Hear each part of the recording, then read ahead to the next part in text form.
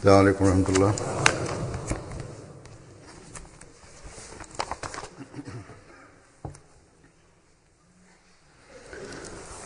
أشهد أن لا إله إلا الله وحده لا شريك له وأشهد أن محمدا عبده ورسوله. أما بعد فأعوذ بالله من الشيطان الرجيم. بسم الله الرحمن الرحيم. الحمد لله رب العالمين الرحمن الرحيم مالك يوم الدين. إياك نعبد وإياك نستعين. اهدنا الصراط المستقيم صراط الذين أنعمت عليهم غير المغضوب عليهم ولا الضالين.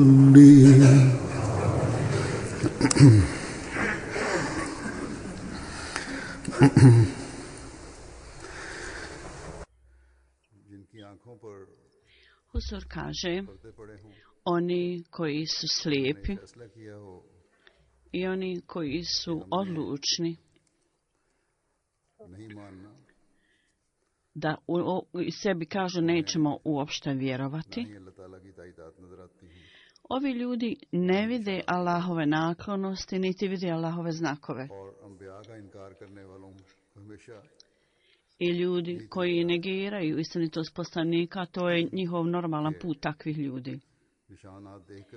Da uprkos tome što vide sve znakove, uvijek kažu, molim vas, pokažite nam znak. I zato što su prekoračili sve granice, Allah dželešanuhu zatvara njihova srca i oni ne mogu iznaći i prihvatiti istinu.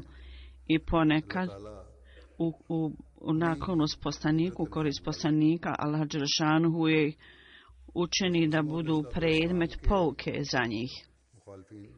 Protivnici obećanog Mesija alejselama, oni su također bili takvi, koji su protiv toga što su vidjeli, zbog svoje tvrdoglavosti i upornosti nisu mogli vidjeti nikakav znak. Nisu zapravo mogli prihvatiti, nego su zapravo okrenuli svoje oči od toga.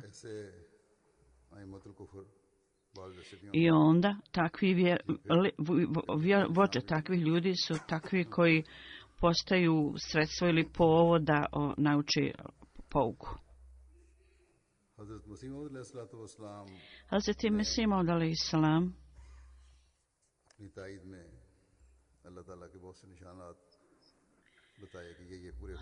Allah je dželešanhu dao razne znakove, pokazao u njegovu potporu i on spominje ove znakove i isto tako spominje znakove koji su dati časnom poslaniku sallallahu alejhi ve sellem. I ovo ono što je on rekao i rekao ovo su ta predskazanje koje je on rekao i oni su se ispunili. Međutim, ovi nevjernici ne vjeruju i oni zavode druge ljude i to se nastavlja sve do danas. Ovi ljudi koji ne vjeruju u to. Spominjući ove znakove Allahove, Hazreti Mesih Maud alejselam, radi istine Ahmedija poretka, on spominje razne znakove i znakove koje on spomenuo. I spominjući ove znakove u jednoj prilici, on je rekao da je časni poslanik sallallahu alejhi ve sellem spomenuo vjeru kao znak i spomenuo je određene znakove. I jedan od znakova je pomračenje sunca i mjeseca. Taj znak je jedan od njih. I on je rekao da dok taj znak ne bude pokazan i ispunjen, dok nije ispunio, hođe su jecali, plakali i učili i zapravo ponavljali su, izgovarali ovu ovaj hadis časnog poslanika. Međutim, kad je ovaj znak ispunjen ne samo jednom, nego 2 puta, prvo u istočnoj hemisferi i poslije u zapadnoj hemisferi, u zemlji Indiji i također u Americi. Ovo su, tako da su ovo bili ljudi koji su vjerovali u znakove, onda su promijenili svoje stajalište i mišljenje. Oni nisu mogli poreći i negirati znakove jer su se već dogodili. Međutim, njihova tvrdoglavost i upornost, Hazrat Mesih Maud alejselam kaže da moj prijatelj je rekao kad je znak bio ispunjen i pokazao se, onda hođa po imenu Gulam Murtaza na znak pomračenja mjeseca on je stavio svoje ruke na bokove i rekao sada će sav svijet biti zaveden. Znači Mesih Maud alejselam kaže molim te povedi računa o ovoj stvari. Je li on više saosjećajan za uputu ljudi nego Allah lično? Slično tako u potpačno Mesija alejselama kad je znak o kugi bio prisutan i obistinio se i da će također novi znakovi biti pokazani, spomenuti na časnom Koranu, da će planine biti razrušene, zatim bit će nova sredstva prijevoza i mnogo knjiga će biti štampano. Jako je mnogo znakova spomenuto.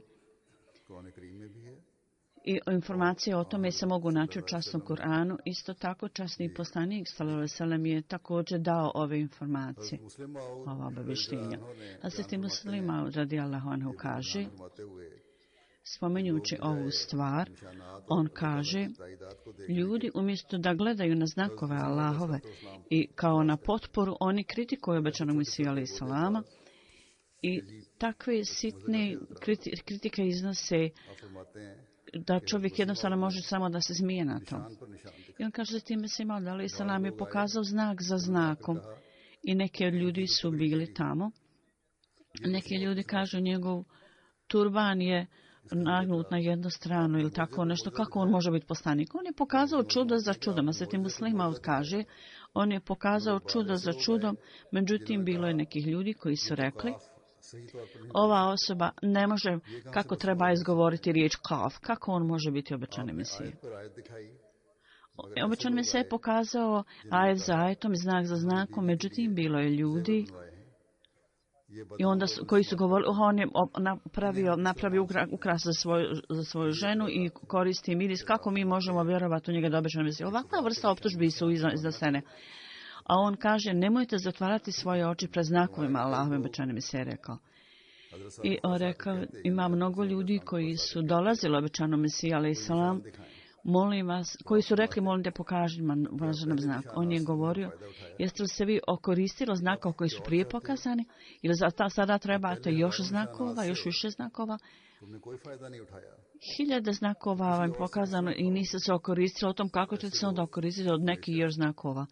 Tako da su ljudi, uvijek bilo je ljudi koji su ostali lišeni i to je njihova sudbina bila.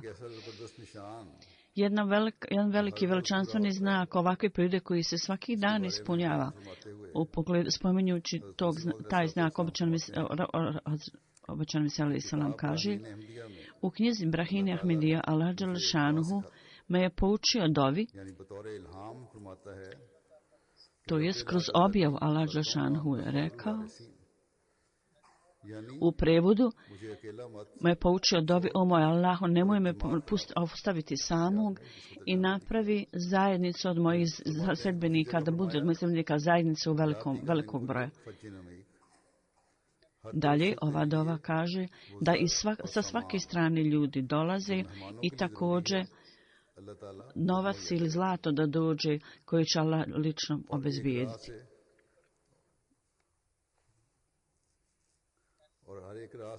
I sa svakog puta i svakog pravca sve ove stvari će ti dolaziti iz svih pravaca. Allah je tako u njemu rekao objave. I dalje To jest u prevodu, kaže i svakog puta i svakog pravca će ti također dolaziti gosti. On je rekao da ovo je predskazanje prije 26 godina kad je on u to vrijeme spomenuo ove navode koji su se veličanstveno ispunili, ispunjavaju se do danas. Ovo je predskazanje o napretku džemata i mi vidimo da ovo predskazanje se do danas vrlo veličanstveno se ispunjava i pokazuje. Svakog dana napredak zajednice i uvećanje broja članova i finansijske užrtvovanja članova, ovo je veličanstveni znak njegove istinitosti, to je veliki znak. Međutim, to mogu vidjeti samo oni ljudi čiji su oči u stanju da vide, a slijepi ljudi to ne mogu vidjeti. Hazreti Muslima od radijallahu anhu pozivajući se na neke navođe Mesija alaih salam u pogledu pobjede zajednice i u pogledu napretka zajednice džemata. Ove objave su tu, ovdje su neki od ovih objava koji ću ja predstaviti. Huzur kaže, on kaže, obećan Mesija kaže, odnosno Muslima kaže da obećan Mesija alaih salam rekao da mu je Allah ponavljajući govorio da džemat Ahmedija će morati dati iste vrste žrtvovanja kao što su zajednice prije morale dati žrtve. Jedno vrijeme on je vidio u snu, Hazreti Mesih Maud alejhi selam je vidio u snu, kaže ja kako ušao sam, vidio kako sam ušao u kuću Nizamuddin, to znači struktura i administracija uprava vjeri. Znači, značenje ovoga je da Ahmedija džemat će postati Nizamuddin, a uprava vjeri, administracija vjeri, i to će, ona će postati pobjednik nad drugim menadžmentima i aranžmanima. I kako će ova pobjeda doći? On je spomenuo i rekao, mi u ovoj kući ući ćemo u ovu kuću sa puta Hazret Hasana i Hazreti Huseina. A svi ljudi znaju da je Hazreti Hasan radijallahu anhu, časnog poslanika, pobjeda koju je on dobio bilo je kroz ugovor i mir, a Hazreti Husein radijallahu anhu pobjeda koju je on dobio je bilo kroz da je bio ubijen kroz što je postao šehid. Iz ovoga obećanog Mesija alejhi selam je rečeno, njemu je rečeno da će džemat proći kroz stanje Nizamuddin, međutim neki kroz miroljubiva sredstva i dogovor, a neke kroz žrtvovanje. Znači da razumijemo da bez ljubavi i ljubaznosti će ova zajednica praviti napredak, ovaj poredak, on nije u pravu. I ako bilo ko misli tako, da bez žrtvovanja, bez šehita, bez ubistava, da će ova zajednica rasti, on također je u krivom, nije u pravu. Mi trebamo morat ćemo ponekad ići kroz mir i kroz ugovor, a ponekad ćemo morati poduzeti put imama Huseina. To znači da mi moramo položiti svoje živote, međutim mi nećemo prihvatiti zahtjeve neprijatelja. Obe ove stvari su za nas. Tako, obe vrste situacija će biti prisutne i one će biti srednji put i mi ćemo morati to slijediti. I taj put ćemo morati slijediti. I tu će biti pobjeda kao rezultat i kao mira i ugovor, a druga pobjeda kroz žrtvovanje. Poslije toga džemat će ući u haosu Nizamuddin, znači administraciji uprave religije. I primjer oba dvije ove stvari mi danas vidimo, da članovi džemata pokazuju primjere oba dva ova načina puta i poruka mira i sklada i žrtvovanja. Također članovi džemata predstavljaju oba ova puta i načina. Onda je on spomenuo da je Hazreti Mesih dobio objavu i pokazano mu je bilo ovo objašnjenje iste objave, da ova kuća koja je blizu Mesdžid džamije, Mesdžid Mubareka, u kojoj je kuća Nizamuddin, Vi ćete ući u nju nešto kroz proces Hazreti Hasana, a neki kroz proces Hazreti Husejna. Što je značenje Hazreti Muslima ovdje je rekao, ja sam direktno čuo od obećanog Mesija selama da je on govorio, mi ne znamo šta je značenje ovoga, međutim, kad prikladno vrijeme dođe, onda će znanje biti jasno i pokazano. Hazreti Muslima odkaže da je Hazreti Mesih alejhi selam upravo u to vrijeme, kad je bilo nijedne osobe nije bilo sa njim, on je rekao, Allah dželešanu me obavijestio i rekao, tvoja zajednica će tako rasti da druge nacije svijeta će biti i postati samo kao oni ljudi koji uvijek se kreću, njihovi stanovnici uvijek se kreću samo s mjesta na mjesto. I primjeri kojima Allah dželešanu daje potporu svakog dana, mi vidimo, ako Bog da inšala doći će vrijeme da će ovi primjeri također svi vidjeti i mi ćemo praviti, članovi zajednice će takav napredak da druge zajednice i druge nacije će imati beznačajno stajalište i položaj. Ali mi moramo u sebi stvoriti također kod svojih potomaka, u članima svojih potomaka moramo ubrizgati ovaj duh religije. Rezultat toga će Allah dželešanu nama pokazati primjer. Kad je tu potpora, tu je također i suprotstavljanje i uvijek se ovo događa i događalo se sa zajednicama poslanika. Međutim, ovo suprotstavljanje, oni ne prepadaju ove ljude koji vjeruju, oni ih ne isprepadaju, nego zapravo jačaju njihovo, to jačanje njihovo vjeru i postaje sredstvo da oni uvećaju sve vjeru. Prije nekoliko dana Huzur kaže u Rabbi, službenici Tahrike Džedidi i za štampu u Rabbi, policija, vladna policija je došla i protiv teroristička policija je također došla kao protiv terorizma. Oni su tu da se bori protiv terorizma i da dokrajče terorizam i oni su došli da pretresaju naše prostorije i kancelarije bilo i zatvorili su neke misionare i radnike. I neki ljudi su iz Rabbe meni pisali da su također ima nekih žena tamo. Međutim, oni pišu, mi nećemo biti prepadnuti ovim stvarima uopšte. Zapravo, naša vjera je još više ojačala, gledajući na ove događaje što se događa. I svaka teškoća, mi ćemo se suočiti sa svakom teškoćom, sa hrabrošću i srčanošću i dat ćemo žrtvovat ćemo se. Ovo je duh koji uvijek mora biti u vjernicima kod vjernika. I ovo su stvari u pogledu kojih Hazreti Mesih alejhi selam rekao, obećani Mesija rekao, vi morate to uraditi tako. Obećanja Allahova i jako mnogo primjera Allahove potpore ćemo uvijek vidjeti. Zasigurno, posljednja pobjeda će sigurno biti pobjeda zajednice obećanog Mesija alejhi selam. Suprotstavljanje je tu, protivnici su tu. I ovo će se događati u budućnosti također. Međutim, ovi bespomoćni ljudi koji su došli da pretresaju, nisu ljudi koji predstavljaju zapravo, nego su došli da samo pretresu stvari, nisu. I one se jako boje Ahmedija zajednice, jer Ahmediji kažu, stvorite strah od Allaha u svojim srcima, tako su rekli ovim policajcima. I tako govore.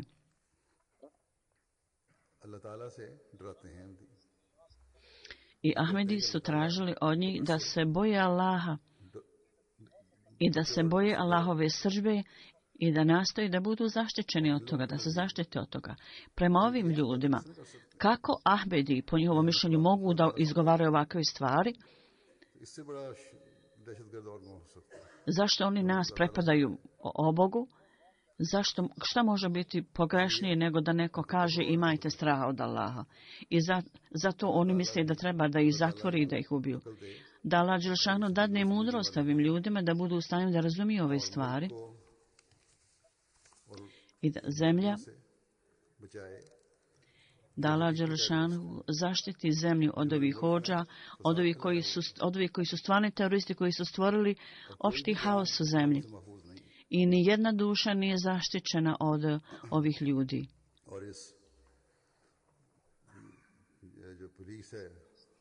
I ova policija, ova posebna policija koja treba da dokrajči terorizam, da im Allah dželešanu dadne hrabrost da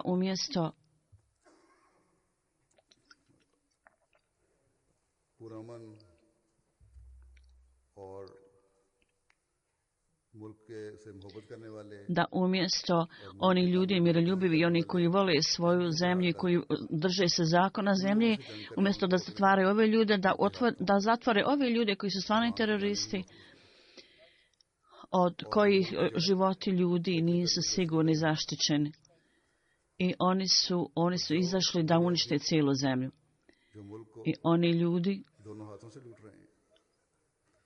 koji pljačkaju imetak sa obadvije svoje ruke.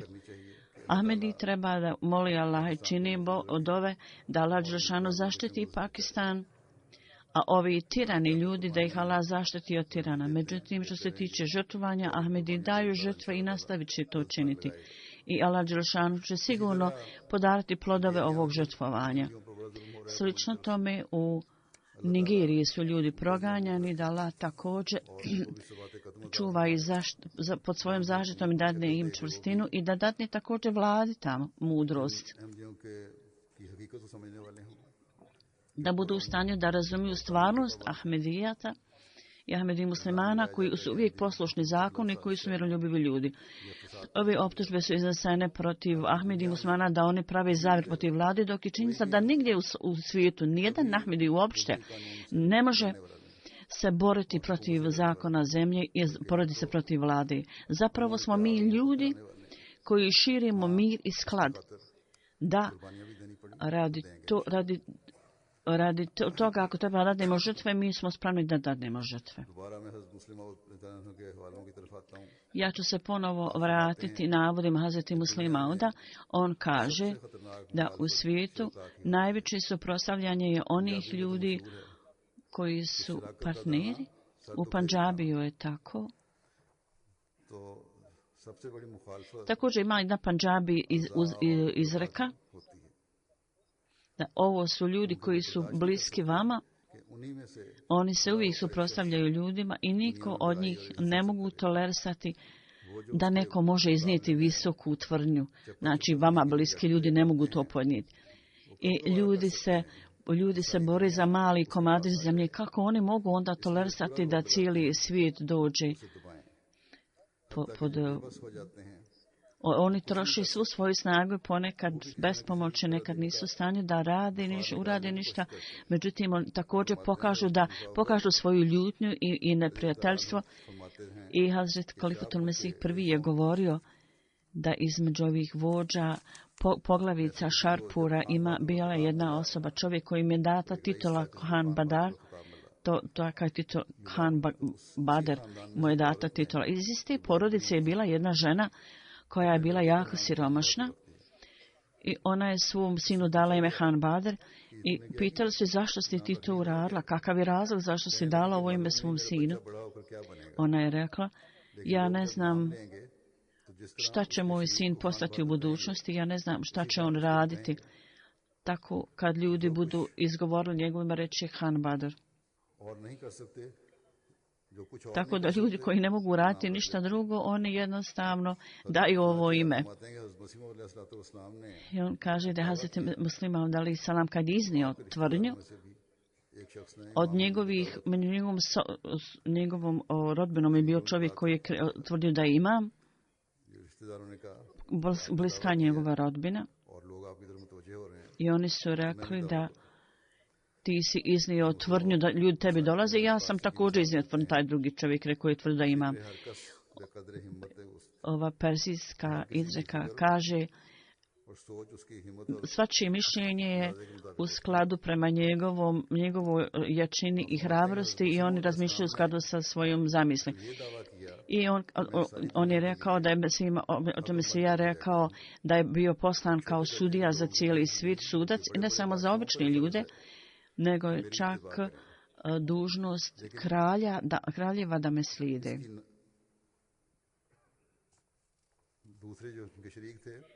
Oni ljudi koji su mu se suprotstavljali, oni su jednostavno stakli ime, uzeli ime. Oni su rekli, on je rekao, ovaj drugi je rekao, ja sam vođa, drugi je rekao, ja sam vođa kraljevaca i dužnost je kralja Engleske da treba vjerovati u mene i treba pisati kraljici ovdje.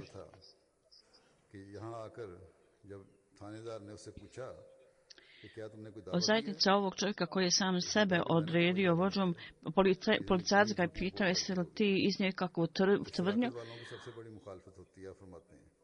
Oni pitali su običanog Mesije, jesi ti iznio neku tvrdnju, on će mi se rekao nisam, ali ovi ljudi koji su suprotstavljeni meni, oni su iznijeli neke svoje tvrdnje i onda i dopuštene stvari oni nastoje da koriste da nanesu neku štetu. Poslije spominjanja ovih stvari, on kaže, ima nekih naše rodbine koji su se udaljili od nas zbog Ahmedijata, ne zato što mi ne želimo da vidimo ove ljude, nego samo zbog činjenice da oni ne žele nas da vide, zato što smo Ahmedi.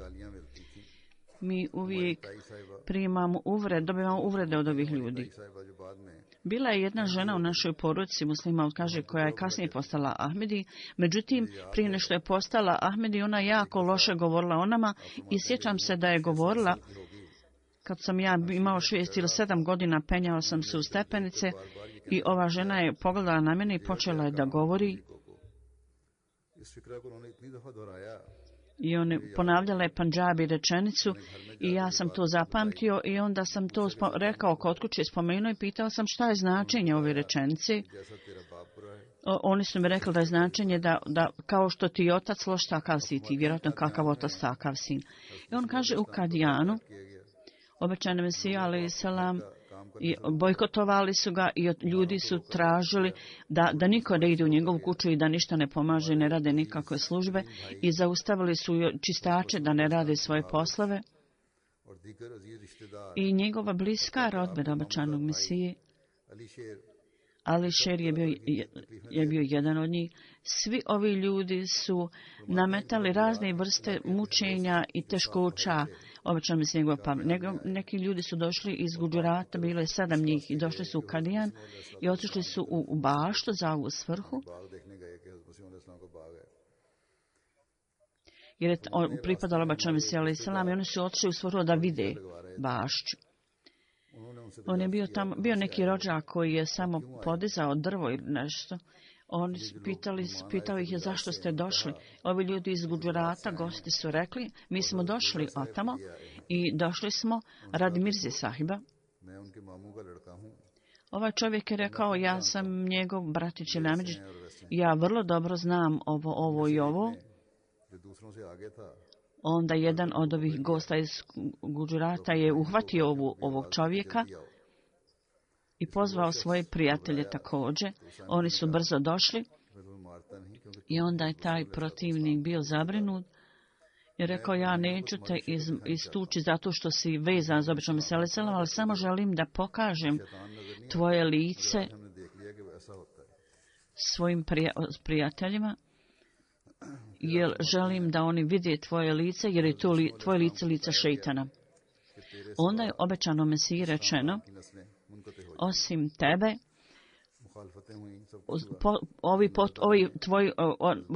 tvoja rodbina koja se ovako ponaša neće imati nikakvih potomaka. Osim tebe niko od njih neće imati potomaka, samo ti.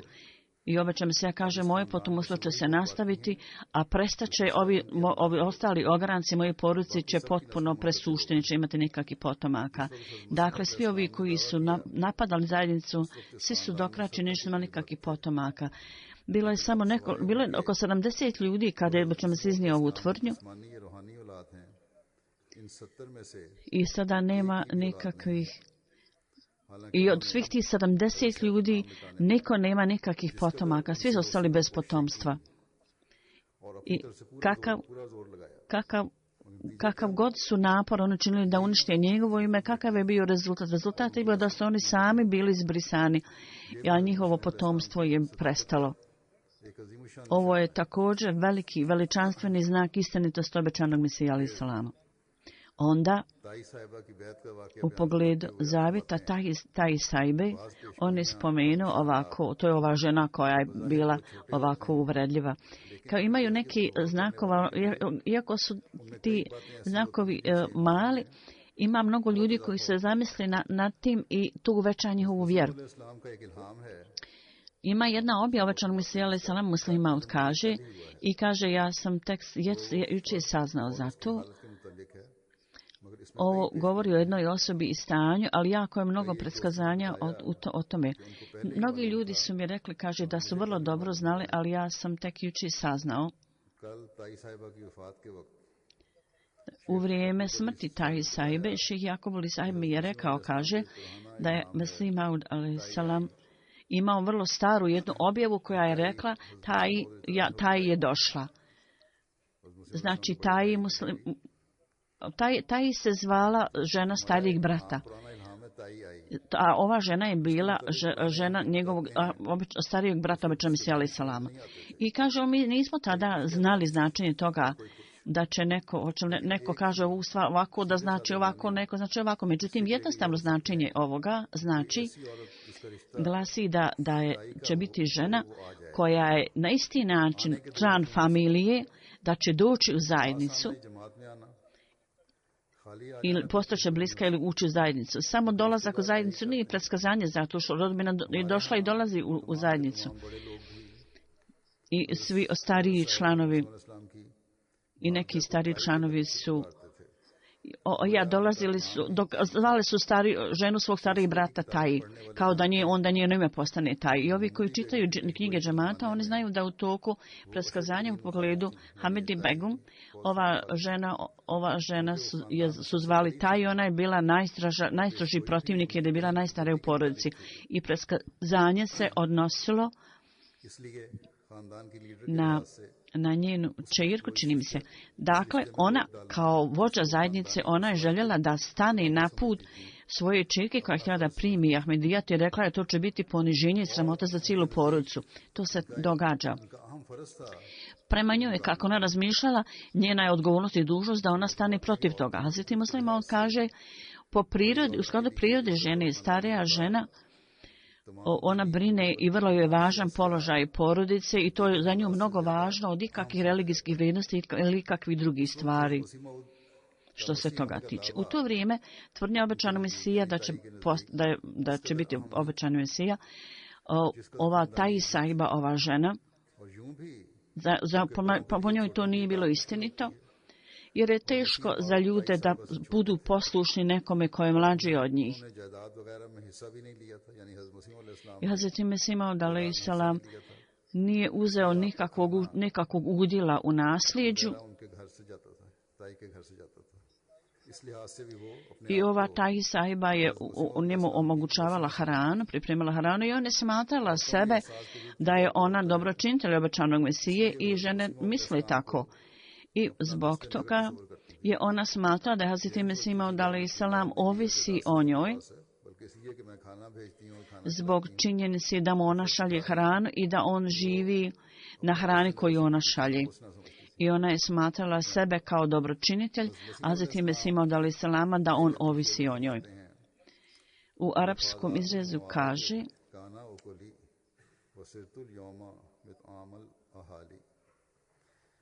ovo je arapska izreka koja u prijevodu kaže bilo je vrijeme kad sam ja živio na mrvicama koje su drugi ljudi ostavili, a sada Allah dželešanuhu je takvu dao meni slavu da je 1000 ljudi koji žive na mom prostrtom stolu, razastrtom stolu, na moj razastrtoj sofri.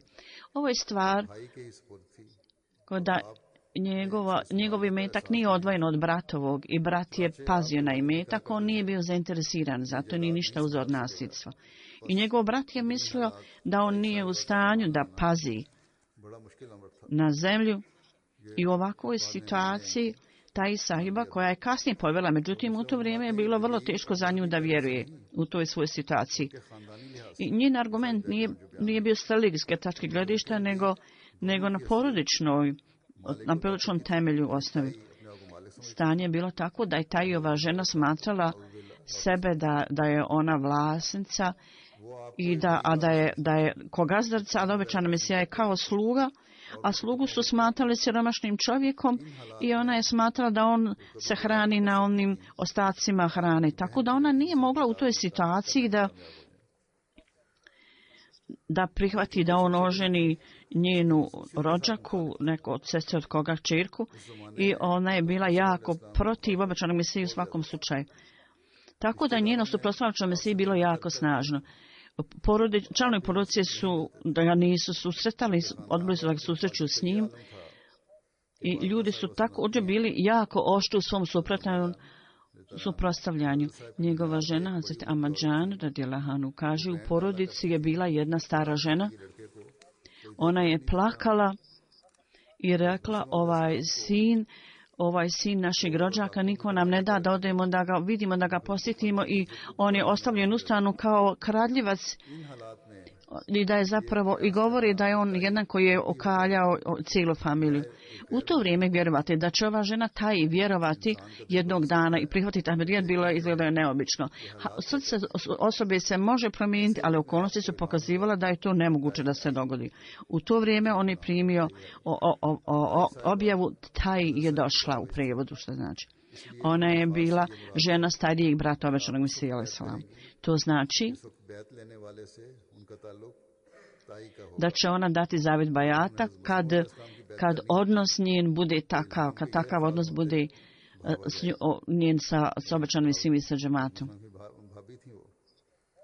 Ona je bila snaha obećanog Mesije alejhi selam. Tako da u tom slučaju je zato ova objava došla obećanog Mesiji, da će ona dati zavjet prvom halifi, da će član porodice može se dati zavjet. Međutim, riječanje znači kada sin obećanog Mesija alejhi selam postane halifa, ona će dati zavjet bajata na njegovoj ruci. I da nije bilo takvog nasljednika halife, to onda bi bilo beznačajno.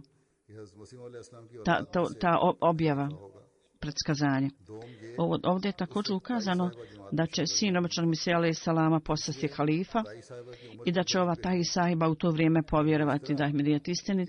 I u ovim riječima je također predskazanje, a to je na način da će Hazreti Mesih Maud, koji je imao 17 godina, dao predskazanje o ženi koja je u to vrijeme bila starija od njega, da će preživjeti i da će od njegovih potomaka biti halifa.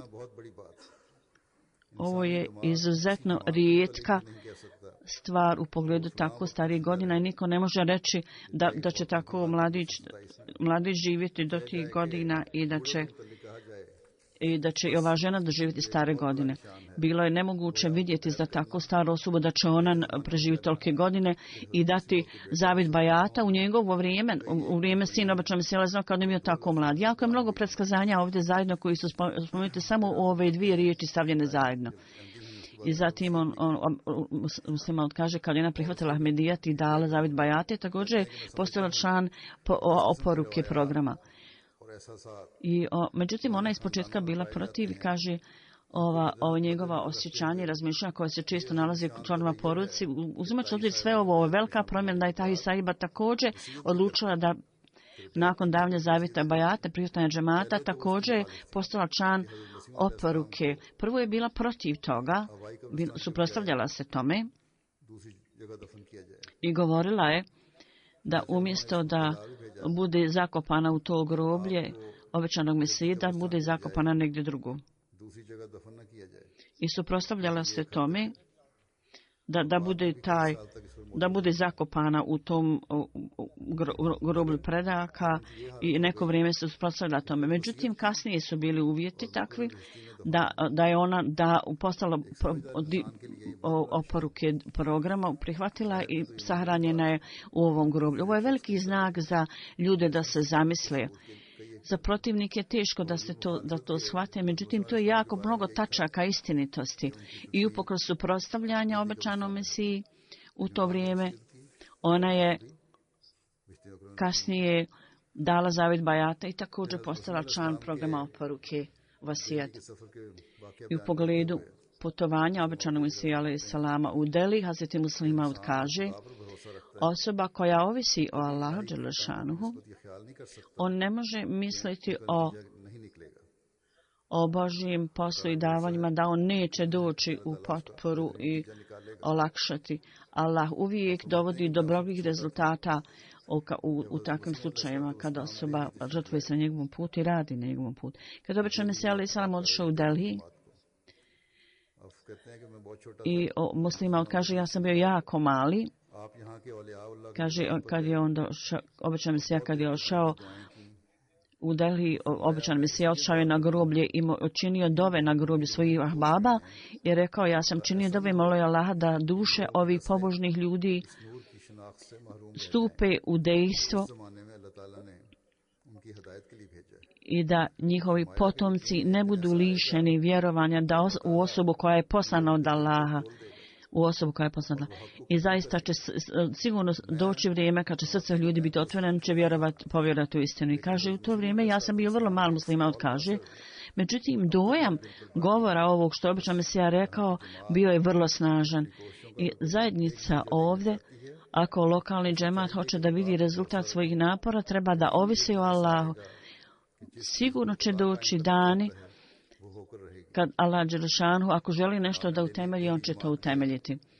Tako obraćajući se, on je rekao sve ove stvari, obraćajući se džematu u Deliju i ove odgovornosti džemata u Deliju, da s mudrošću treba da prenose poruku obećanog Mesija alejhi selama i mašala Allahovom milošću kroz izložbe jako je mnogo aktivnosti tamo provedeno na polju širenja poruke. Međutim, tamo je suprotstavljanje strane muslimana i potreba je da se prenese poruka ovim ljudima. Skupa sa svim ovim stvarima, najvažnija stvar je dova i ibadet. I mora ovome biti posvećena vrlo posebna pažnja.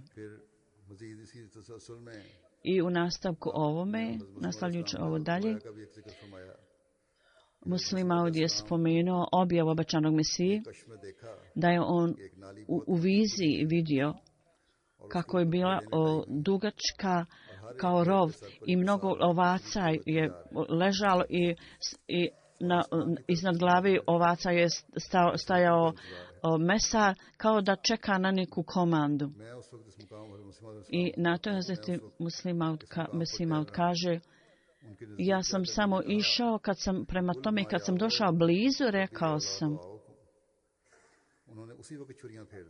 I oni su odmah omesar stavljati svoje noževe na vrat ovih ovaca. I ljudi koji su ih zaklali, rekli su, kakva je vaša važnost? Vi ste samo kao ovce koje jedu nečistoć. U to vrijeme je bio kao rezultat jednog predskazanja 70 ljudi umrlo od kolere. I Allahov posao ne može biti zaustavljen. To je određeno da se dogodi. On je spomenuo da 300 godina posle Isa alejhi selama kršćanstvo je napredovalo, ali pogledajte naše stanje. Izgleda da mnogo ranije nego što je Isa alejhi selam njegova zajednica napredovala, Allah će učiniti da naša zajednica napravi ogroman napredak. Pakistani hodže ili bilo koje vjerske vođe ili svjetske vođe, u Allahovim očima oni nemaju nikakvog značaja, one su kao ovce. Ovo su ljudi koji ne mogu stati na put napretka Ahmedijata. Međutim, radi ovoga, za ovu svrhu, mi ne možemo jednostavno ovisiti o svojim misionarima koji treba da oni samo širja poruku Ahmedijata. Ako hoćete da postanete dio ove Allahove odredbe, onda svi trebamo posvetiti posebnu pažnju dovama. Mi moramo uvećati svoju duhovnost i odnos sa Allahom, to mora biti ojačano. To mora biti stvarno ojačano. Ovo su stvari koje će dokratiti suprotstavljanje Ahmedija džematu. I ako Bog da, inšallah, da nas Allah dželšanhu dadne učini partnerima u pobjedi Ahmedijata. Da Allah dželšanhu da steknemo ovakav položaj. Huzur kaže, poslije džume namaza klanjat ću dženazu u odsustvu. Zufar Sab, koji je bio misionar u Indoneziji, On je umro kao rezultat srčanog udara i inna lillahi wa inna ilaihi rađiun. On imao 71 godinu. 18. augusta 51. je bio ročen, 41. onda. On je dao zavjet bajata drugog halife i postao je Ahmedi. I još dvoje mladih ljudi i oni su osnovali džemat u Javi. I Sufni Sabov otac je bio misionar, prvi misionar u Indoneziji. Zjani Dijal Sahib imao je 3 sina i nakon što je posvetio Dadir Sahiba, on ga je poslao da studira u džami fakultetu džamata, u školi džamata. I 73. je tamo otišao i ostao u džamata Ahmedija i tamo je studirao. I 74. je završio. Prvo se vratio u Indoneziju i njegovo prvo mjesto gdje služi Kalimantan u Indoneziji. I onda je postao oblasni misionar u Javi i u istočnoj Javi i drugim mjestima je radio. Od 85. i oblasti sjeverne Sumatre 1997. tamo učio kao učitelj, poučavao je fikha. Također bio odeljenje za tarbija za odgoj. 1997. do 2001. bio je oblasni misionar u jednoj oblasti i u raznim dijelovima Indonezije, mašallah, razni džamati su kroz njega osnovani i neke džamije, misionarske kuće su također osnovane. On je napisao 4 knjige u indonezanskom jeziku, filozofija zekijata, zračuvanje na Allahovom putu i dženaza i značenje džihada.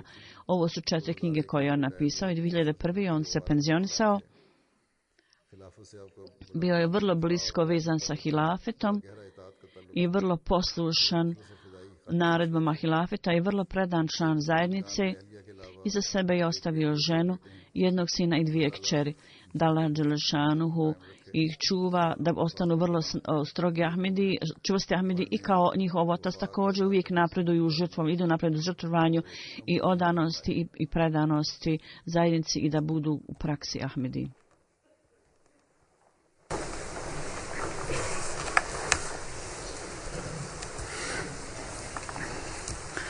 Alhamdulillah, nahmaduhu wa nasta'inuhu wa nastaghfiruhu wa nu'minu bihi wa natawakkalu alayhi wa na'udhu billahi min shururi anfusina wa min sayyiati a'malina. من يهده الله فلا مضل له ومن يضلله فلا هادي له ونشهد أن لا إله إلا الله ونشهد أن محمدا عبده ورسوله.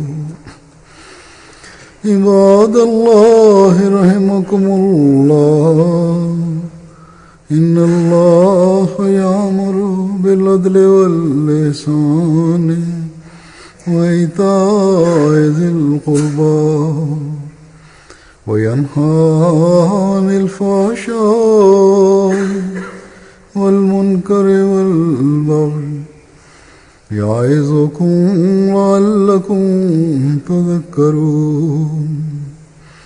اذكروا الله يذكركم وادعوه يستجب لكم ولذكر الله أكبر.